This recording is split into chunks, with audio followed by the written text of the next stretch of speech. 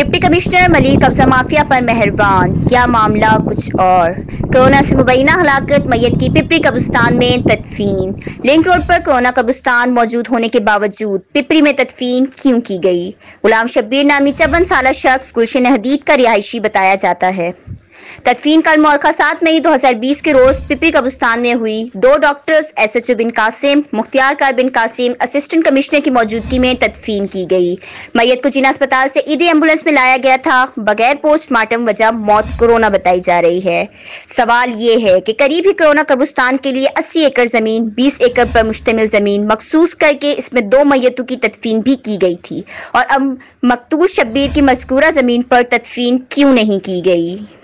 याद रहे कि कब्जा माफिया से जुड़े बाज़ अफराद की जानिब से लिंक रोड से मुत्तसिल सरकारी जमीन पर कोरोना कब्रस्तान बनने पर एतराज़ात उठाए गए थे।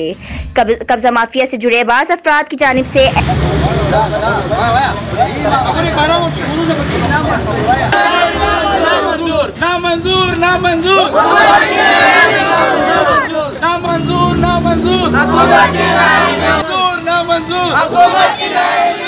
दूसरी जानिब पपरी कब्रस्तान के करीबी इलाकों के रिहायशियों का पपरी कब्रस्तान में कोरोना के मरीज दफनाने के खिलाफ मलिर प्रेस क्लब के आगे एहतजाजी मुजाहिरा।